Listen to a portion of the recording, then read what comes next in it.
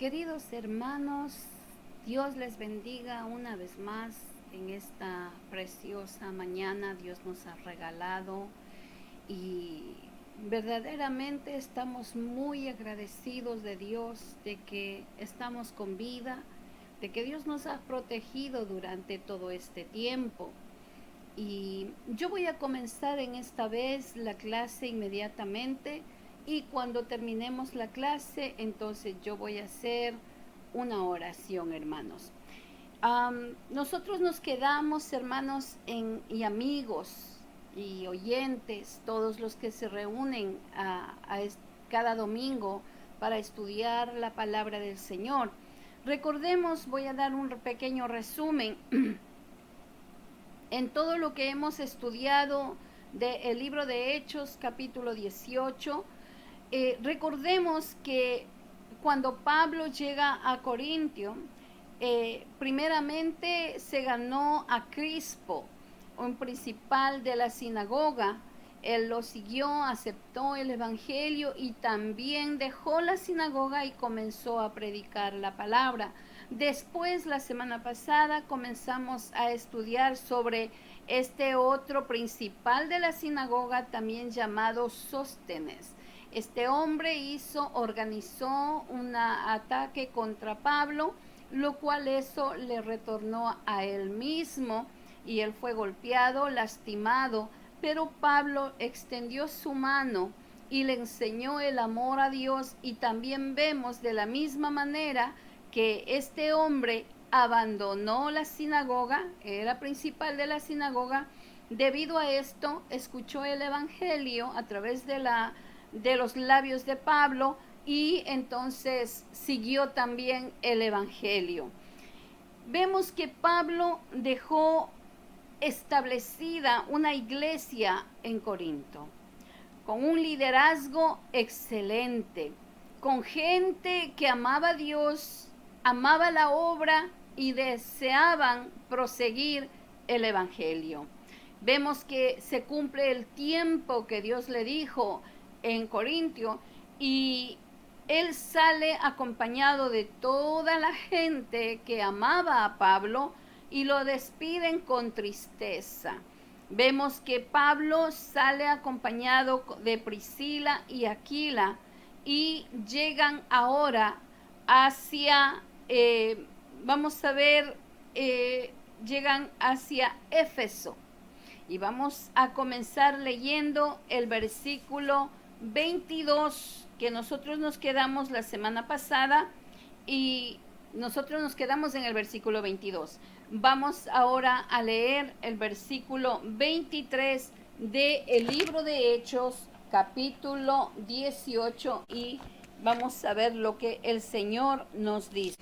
Y después de estar allí algún tiempo, salió recorriendo por orden la región de Galacia y de Frigia, confirmando a todos los discípulos. Recordemos que Pablo, cuando ya se despide en Corinto, él llega primero a Éfeso, luego queda un poco de tiempo, les dice a este pueblo que verdaderamente ellos estaban hambrientos de la palabra del Señor. Y entonces le pedían a Pablo que se quede, quédate un tiempo, queremos seguir escuchando la palabra. Y vemos que Pablo le dice, me es necesario llegar a Jerusalén. Entonces él sale y dice, pero si Dios quiere, yo regresaré. Ahora vemos que llega a Jerusalén, se quedó muy poquito tiempo y enseguida se pasa para Antioquía. Cuando llega a Antioquía, vemos que él solamente se queda unos 6 meses y un poquito más en Antioquía.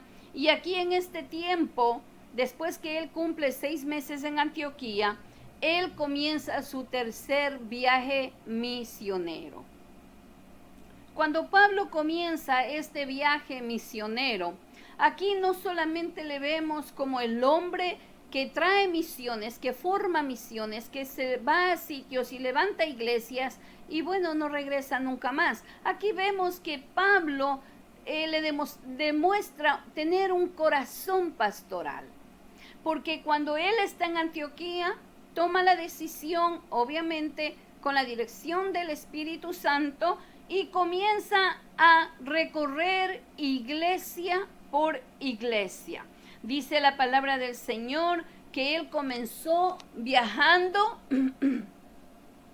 en orden.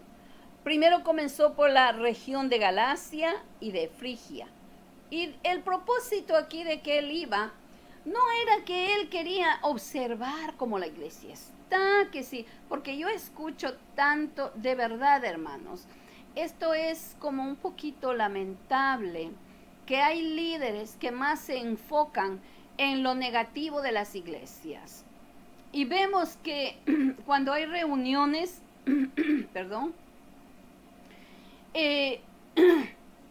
primero hablan de todos los miembros que sí, que le dan problemas, que esto, y dan una lista de cosas negativas. Y quizás muy poco de lo que Dios puede hacer con esas cosas negativas. Aquí vemos la intención de Pablo, me encanta esto, que dice que él comenzó por la región de Galacia, visitando las pequeñas iglesias. Pablo visitaba de iglesia en iglesia y dice que su preocupación era consolar, confirmar, consolidar a los creyentes en la palabra del Señor. Él no iba en son de un investigador privado. Él no iba para ver si todo marcha bien, porque a veces nosotros pensamos que si no estamos al frente no funcionan las cosas. Y eso es un completo error, hermanos. La iglesia es de Jesucristo. Nosotros podemos ser solamente unos mensajeros. Y eso es lo que Dios ha puesto. Mensajeros para llevar la palabra del Señor. No depende el crecimiento ni de mí, ni depende de usted. El crecimiento lo da Dios. Pero hay muchas organizaciones que piensan, los líderes, que si ellos no están, nada funciona bien. Que si ellos no predican, nadie se salva.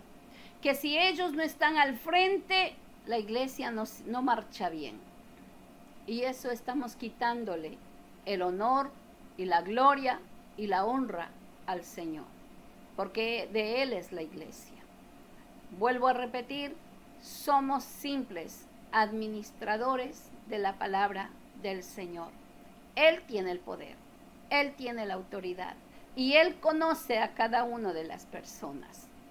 Amén. Entonces vemos que Pablo se enfoca en ayudar, en consolar, en confirmar. Hermanos, esto es precioso, un corazón pastoral. Porque Pablo sabía que los que había todavía judíos incrédulos y rebeldes que siempre traían doctrinas para confundir a los nuevos creyentes y desviarles del camino de la verdad. Y Pablo, por esa razón, procuraba visitar, y este era su tercer viaje, y él procuraba para consolar, para instruir, para ayudar a consolidar a los creyentes. Qué lindo, hermano. Y dice la palabra que él enseñaba cada día donde que él llegaba. Vamos a leer el versículo 24. ¿Qué dice el versículo 24? Llegó entonces a Éfeso un judío llamado Apolos, natural de Alejandría, varón elocuente, poderoso en las escrituras. Bien, recordemos que Pablo salió de Éfeso y él dijo, si Dios da vida, lo permite, él iba a regresar. Pero ahora vemos que quiero dar un poquito de un reporte de Éfeso. ¿Qué ciudad estratégica tenemos ahora? Hemos estudiado de muchas ciudades donde que Pablo ha tenido que llegar. Hemos estudiado, si ustedes recuerdan, donde que Pablo llegaba a una ciudad muy conflictiva, llena de ídolos, pecado pero tremendo, diferentes clases de idolatría, de costumbres que verdaderamente no tenían nada que ver con las cosas de Dios. Ahora llega este hombre Apolo y llega a Éfeso. Éfeso era un punto estratégico, era denominado como el tesoro de Asia, conocido como la feria de las vanidades de Asia Menor. Era una ciudad muy idólatra. Tenía un templo a la diosa de Éfeso, conocido como una de las 7 maravillas. Esta ciudad de Éfeso llega un hombre llamado Apolos o Apolonio. Era un nombre griego. Este nombre era griego. Y vemos que este hombre era nacido en Alejandría, en la parte norte de África, cerca de Egipto. Entonces vemos quién era, de dónde vino este señor Apolo. Él era, vuelvo a decir, nacido en Alejandría. Alejandría era un lugar interesante, casi 200 años antes de Cristo, y esto estaba bajo el imperio helénico. Se había dado orden de que toda la literatura más importante universal en Alejandría, los eruditos traducían toda la literatura al griego. Mire qué importante era en Alejandría. Y en el griego koiné. Y uno de los documentos más importantes que tradujeron fue el Antiguo Testamento del hebreo al griego. Vemos que aquí, donde este hombre nació, se conocía el Antiguo Testamento. Y vemos que este hombre crece en estos lugares muy intelectuales donde se infundía, se provocaba desde la niñez que se estudiara el Antiguo Testamento. Y eso es muy importante, hermanos. Aquí vemos que Apolonio o Apolo crece y vemos que este varón tenía un conocimiento muy elocuente y tenía una elocuencia para hablar. Apolo era un predicador en los tiempos bíblicos que se le da como el título de poderoso en las Escrituras. Mire qué hombre llegó a Éfeso. Apolo era un hombre capacitado, muy bien preparado para la oratoria, era un erudito. Y también tenía una forma de convencimiento. ¿Ve? Estoy dando toda la información de dónde nació Apolo y quién era Apolo, porque estábamos estudiando de Pablo y ahora en el versículo 24 resulta que aparece otro hombre que se llama Apolo, y es interesante conocer toda la información de quién estamos hablando. Es muy importante saber, hermanos, porque no todo podemos decir sí, sí, sí. Es necesario estudiar, es necesario profundizarse, buscar información, saber qué realmente es verdad de lo que se dice. Entonces vemos que este hombre era un erudito, vuelvo a repetir, tenía una gran forma de convencimiento, y lo más importante, que él era capacitado en las Escrituras, comprometido con la palabra del Señor. Qué lindo, hermanos. Vamos a leer qué nos dice el versículo 25.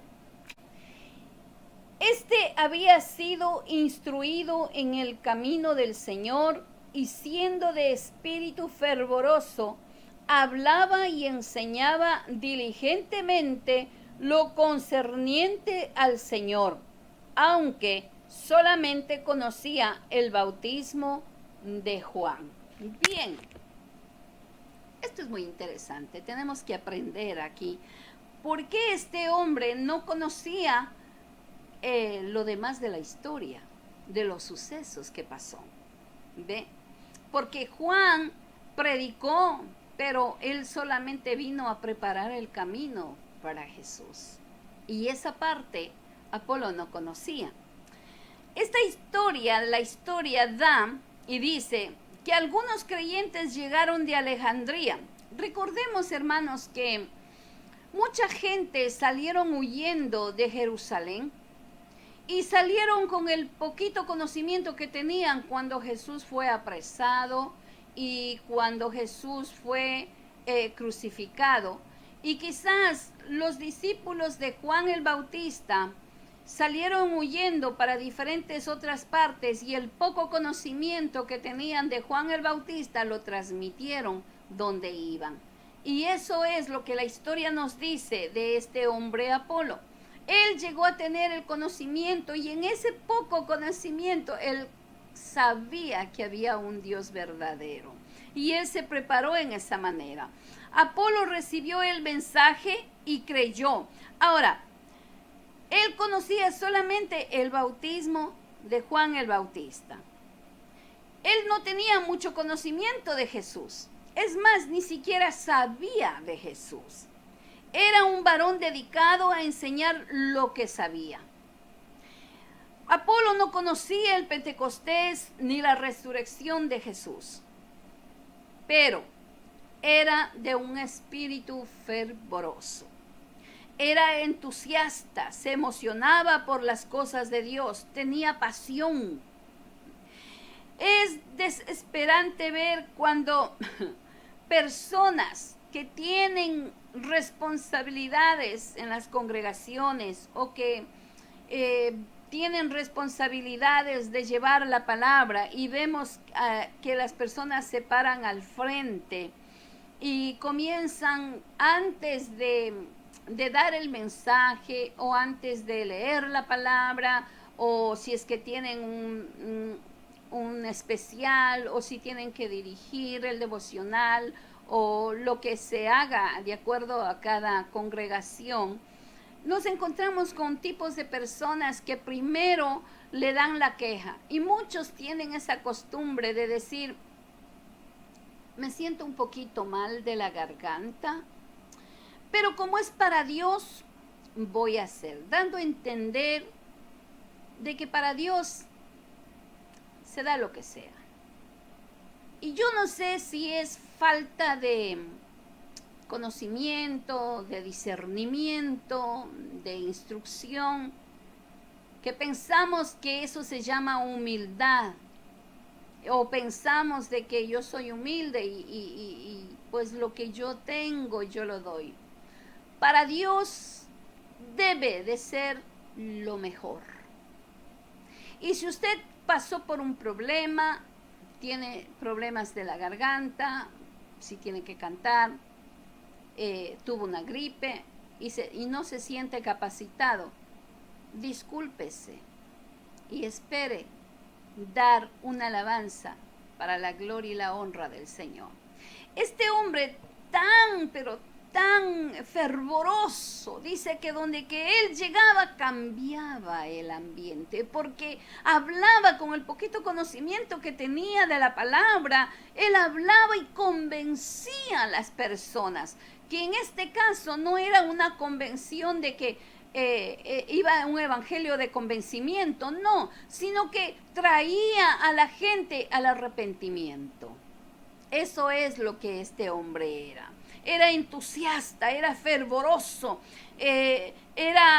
no era una persona desganada, que yo aquí, pobrecita, yo estoy sufrida, yo tengo muchos problemas, pero voy a cantarle al Señor. No, mis amados oyentes, esa no es la forma de darle un culto agradable a Dios, un culto, un aroma agradable a la presencia del Señor.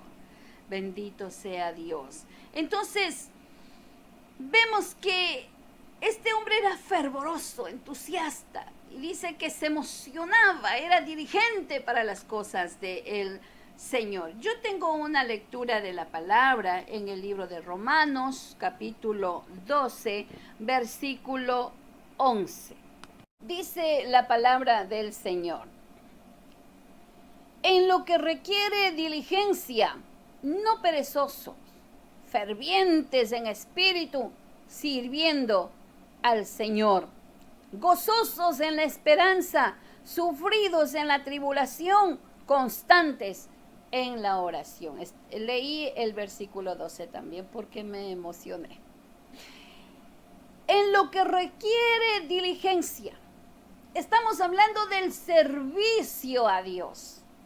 Porque cuando venimos a la casa del Señor, y aunque usted no esté en la casa del Señor, usted es encargado de hacer algo para la obra del Señor, la humildad no quiere decir que usted hable bajito, que usted no ni siquiera levante la vista. Eso no se llama humildad. Debe de ser, dice, diligente, no perezoso, ferviente en espíritu, sirviendo al Señor. Es que servir al Señor es alegría, es gozo, es felicidad. Hermanos, puede la carne estar herida, lastimada, enferma, pero el espíritu tiene que estar viviendo para Cristo. Debemos adorarle, servirle, buscarle en espíritu y en verdad. A mí me molesta cuando muchos cantan ese himno que dice: con manos vacías vengo a ti. Y yo pienso, si no le traigo alabanza a mi Cristo, si yo no vengo con agradecimiento, ¿a qué vengo?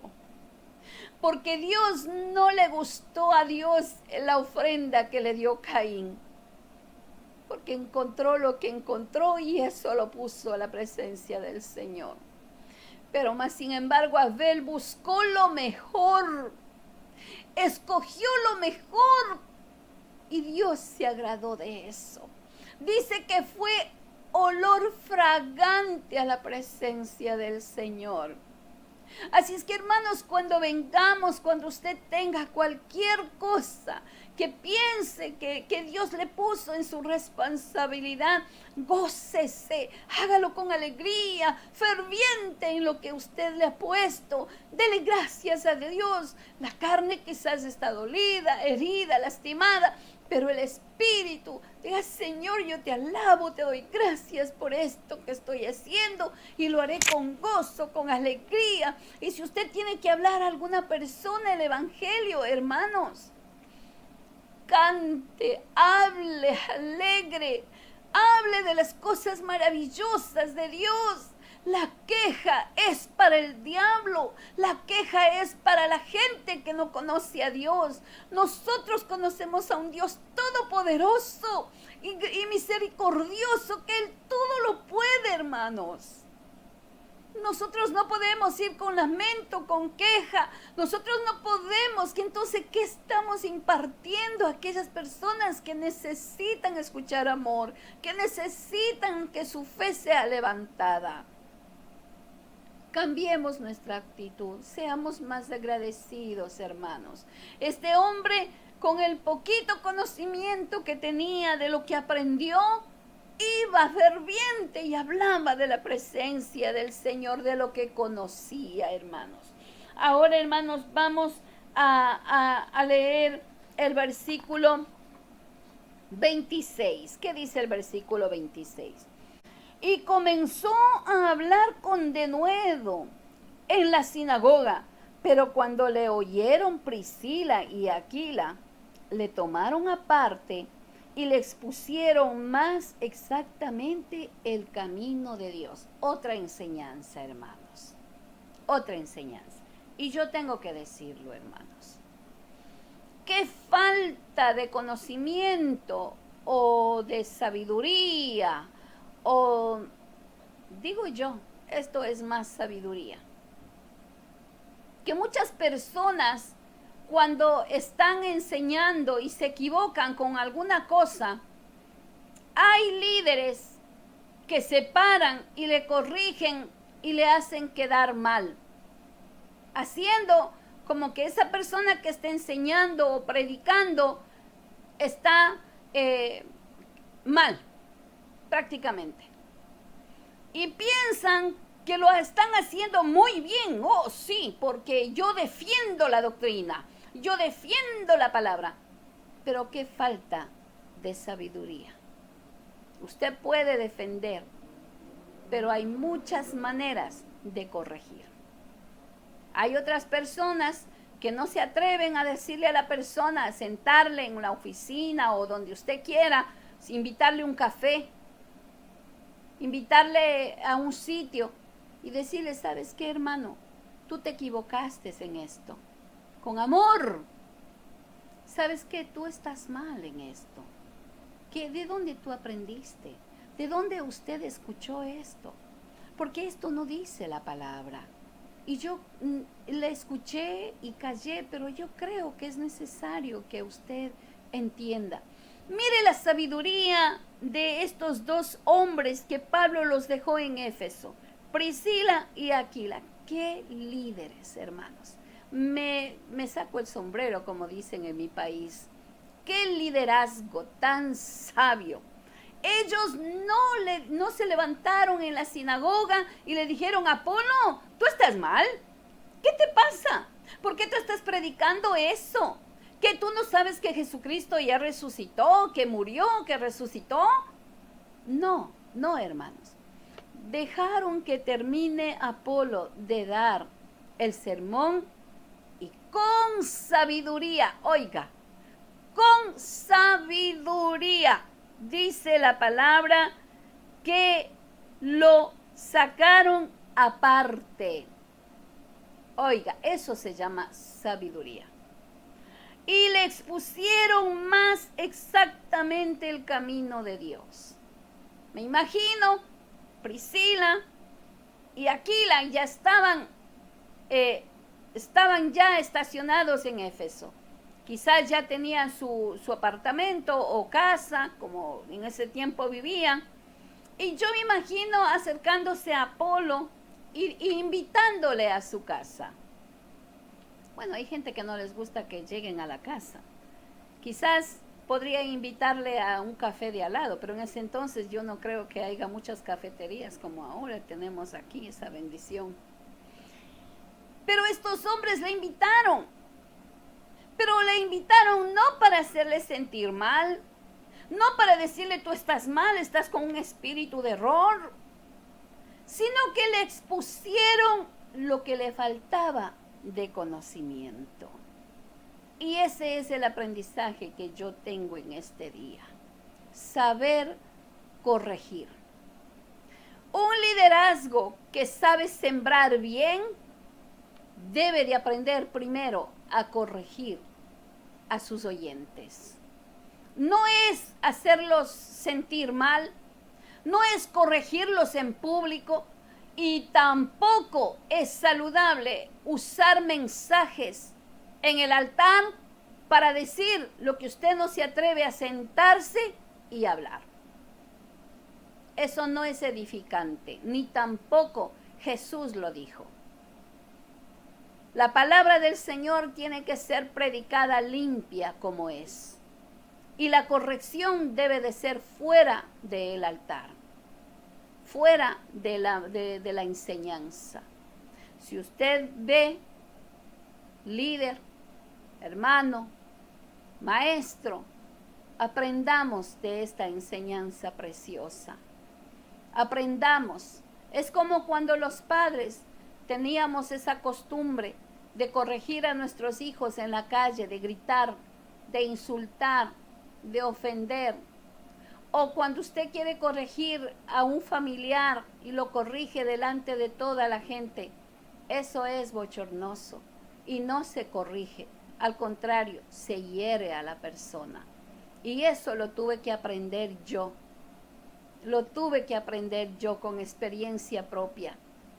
Aprendí y gracias le doy a Dios que Dios me ha enseñado. De que la corrección se hace cerrada las puertas en un café, aún a mis hijos. Yo les invito a un café, un desayuno. Vamos, te invito. Y ahí, con amor, Dios me ha enseñado, bendito sea Dios, de que uno debe de aprender a saber corregir. Y no me ha sido fácil, hermanos, porque nosotros venimos de una cultura donde que era la correa, la sandalia, el grito, muchas cosas, hermanos. Pero en Dios es lindo aprender, es bello aprender, hermanos. Y uno se siente tan feliz a veces y a veces se siente abochornado y dice, wow, qué muchos errores cometí. Cómo no quisiera poder arreglarlos. Pero bendito sea Dios que nos enseña la palabra del Señor, hermanos. Y por eso es que yo siempre digo que el liderazgo es muy importante. Yo no hablo de un liderazgo solamente de la iglesia, hermanos. Yo hablo un liderazgo de toda clase de organización. Hablo de un liderazgo dentro de sus paredes como padre de familia, como madre de familia, como cabeza de familia.